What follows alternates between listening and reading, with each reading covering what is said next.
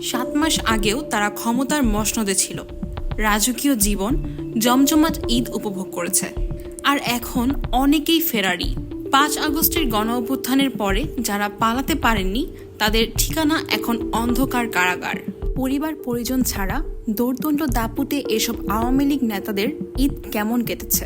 সাবেক প্রধানমন্ত্রী হাসিনার উপদেষ্টা সালমান এফ রহমান, অর্থবিত্ত বা ক্ষমতা কি ছিল না তার, এখন সবই হাতছাড়া। অসহায় হয়ে ঈদ করেছেন কারাগারে। আওয়ামী লীগের উপদেষ্টা পরিষদ সদস্য ও সাবেক মন্ত্রী আমির হোসেন আমুও অসহায় হয়ে ঈদ পালন করেছেন কারাগারে। অথচ এক সময় তার কাছে হাজিরা দিতে ও দোয়া নিতে হতো বহু শিল্পপতির। সাবেক শিল্প প্রতিমন্ত্রী কামাল আহমেদ মজুমদার শেষ বয়সে এসে কারাগারের যন্ত্রণা না নিতে পেরে সম্প্রতি রাজনীতি ছেড়ে দেওয়ারই ঘোষণা দিয়েছেন। আমি কোনো দলীয় পদে নাই, রাজনীতি থেকে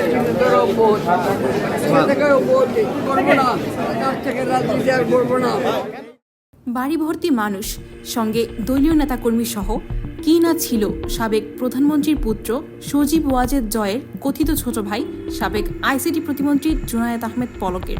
অথচ সবচেয়ে প্রভাবশালী এই প্রতিমন্ত্রী এখন সবচেয়ে অসহায়, ঈদ করছেন কারাগারে।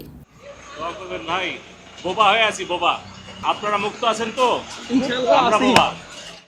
আওয়ামী লীগের সভাপতি মণ্ডলীর সদস্য ও সাবেক মন্ত্রী engineer Mosharraf Hossain, doctor Abdur Razzaque, lieutenant colonel Faruk Khan, Shahjahan Khan, Kazi Zafrullah, doctor Mostafa Jalal Mohiuddin, advocate Kamrul Islam, সাবেক আইনমন্ত্রী আনিসুল হক, দলের যুগ্ম সাধারণ সম্পাদক ও সাবেক মন্ত্রী ডক্টর দীপু মনির অসহায়ত্বেও কেউ পাশে নেই। তাদের ঈদ কারাভ্যন্তরেই কাটছে নীরবে নিভৃতে।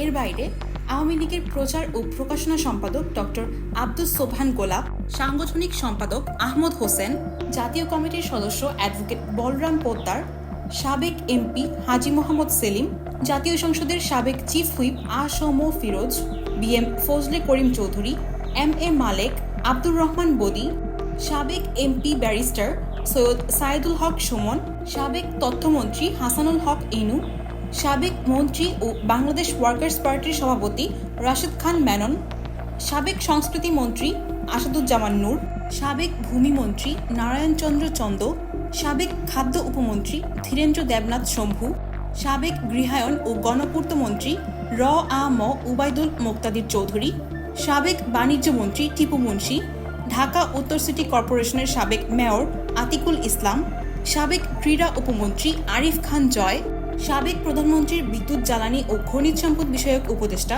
ডক্টর তৌফিক ইলাহি চৌধুরী, সাবেক খাদ্যমন্ত্রী সাধন চন্দ্র মজুমদার, সাবেক সংসদ সদস্য সাদেক খান, সাবেক এমপি ও হুইপ মাহবুব আরা বেগম গিনি, সাবেক এমপি মাসুদা সিদ্দিকী রোজি, ঢাকা বিশ্ববিদ্যালয় ছাত্রলীগের সাধারণ সম্পাদক তানভীর হাসান সৈকত, ছাত্রলীগের সাবেক যুগ্ম সাধারণ সম্পাদক বেনজির হোসেন নিশি সহ দলটির জেলা উপজেলা পর্যায়ের অসংখ্য নেতা এবার কারাগারে ঈদ করছেন।